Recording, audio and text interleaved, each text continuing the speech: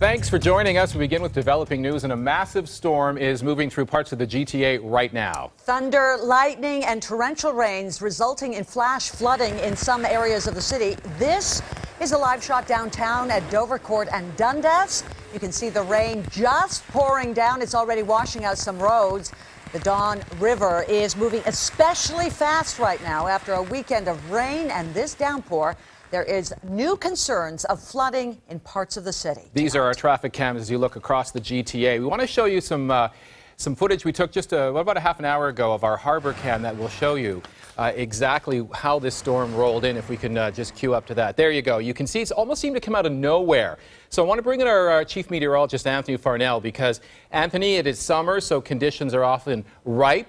A buildup of humidity all day. Take us through what you're seeing there. Yeah, well, this is actually a rather unique storm because it converged on the city from two different directions. And if we play that back one more time, just the beginning part, basically you see those clouds coming from east and north to west, which is rather unusual. Typically, weather systems come in from the west, but this time they're coming from the opposite direction. They're moving rather quickly, even though this is sped up. It's about a half hour's worth of video, but you can see the city just disappear from that heavy rainfall, and it is still coming down in buckets out there. This on top of 20 to 40 millimeters that fell yesterday across the GTA. And here's the dangerous situation for the next 2 hours or so. This area right here from Brampton Woodbridge all the way through Pearson Airport, North Mississauga, and then into the downtown core is prime for significant flooding. That goes for rivers, it goes for area streams, and also just roadways. The sewer system cannot handle this. And what we're seeing now in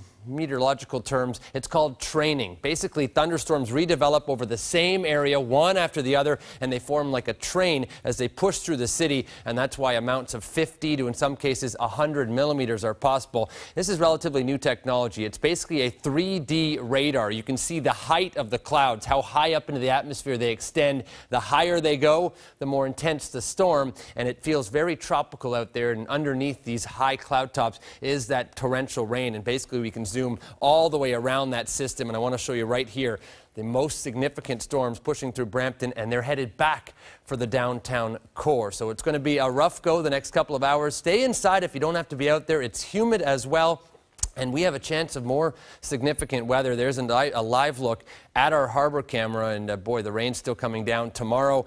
I wish I had a different forecast, but we still have the chance of showers and storms, and we're going to be updating you on this developing situation throughout the newscast tonight. Leslie, Ann? More on the developing weather story. This is a live shot right now of the traffic cams on the DVP. You can see that the flooding is getting worse. Look at those cars trying to make it. That is the northbound on the right at Richmond.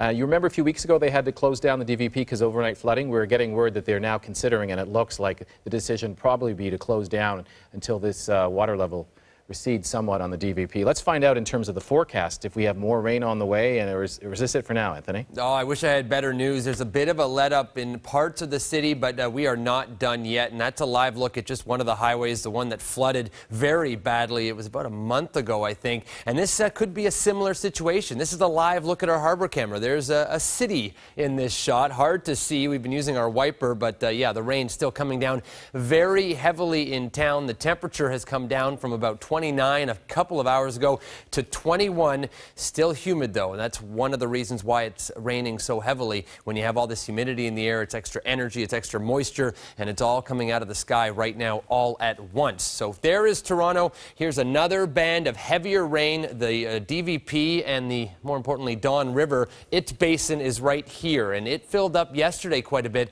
from 20 to 40 millimeters of rain. So they're getting that again. The Humber River I'm concerned about as well.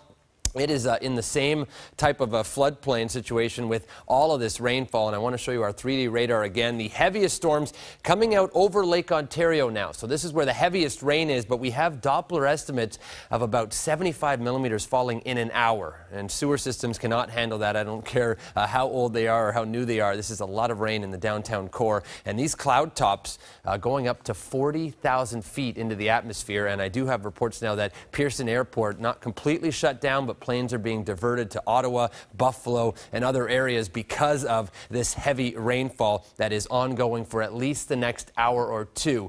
I have more rain showing up on radar towards Lake Huron. we're going to have to get through this as well. We are back with our live shot at the intersection of Lakeshore and Bay Streets. Look at the flooding down there. The cars are still managing to go through, but it's getting higher and higher at Lakeshore and Bay Street. We know that the traffic signal lights are out in the area, and power is also out at Wellington and Bathurst. He's up to his knees in water. And threw his hands up in frustration as the car sort of gave him a bit of a splash. Little humor you like on a very serious topic. We should say that the power is out in pockets around the GTA. We had some flooding earlier, of course, as well in the DVP and the Gardner on the elevated part, but we also have subway issues to show you.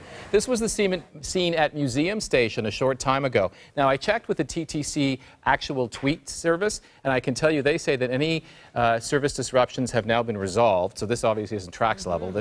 This is at the entranceway to the station, and that everything is back to normal, although there will be slowdowns throughout the next little while as they sort of get back to normal. Let's go back to what has been a developing story.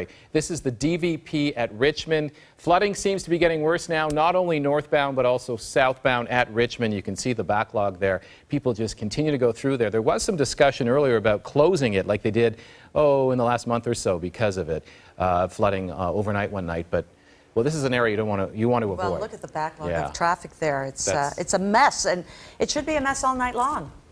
It looks that way, Ann and Leslie. This is an area to avoid, and once that water gets even up to 12 inches deep, you do not want to drive through it. It's amazing how many people go through thinking their car can make it, and then either their car stalls or they don't realize that there's actually a current pushing them, and it takes only about a foot of water to not just lift your car and maybe push it into the river, but if you're trying to walk through water and there's a flash flood going on, not advised. So keep that in mind. The rain continues. Environment Canada finally issuing a severe thunderstorm warning about an hour and a half late, but we won't get into that. We do have rain across town, and there's the Don River right here. So that entire basin, which extends all the way up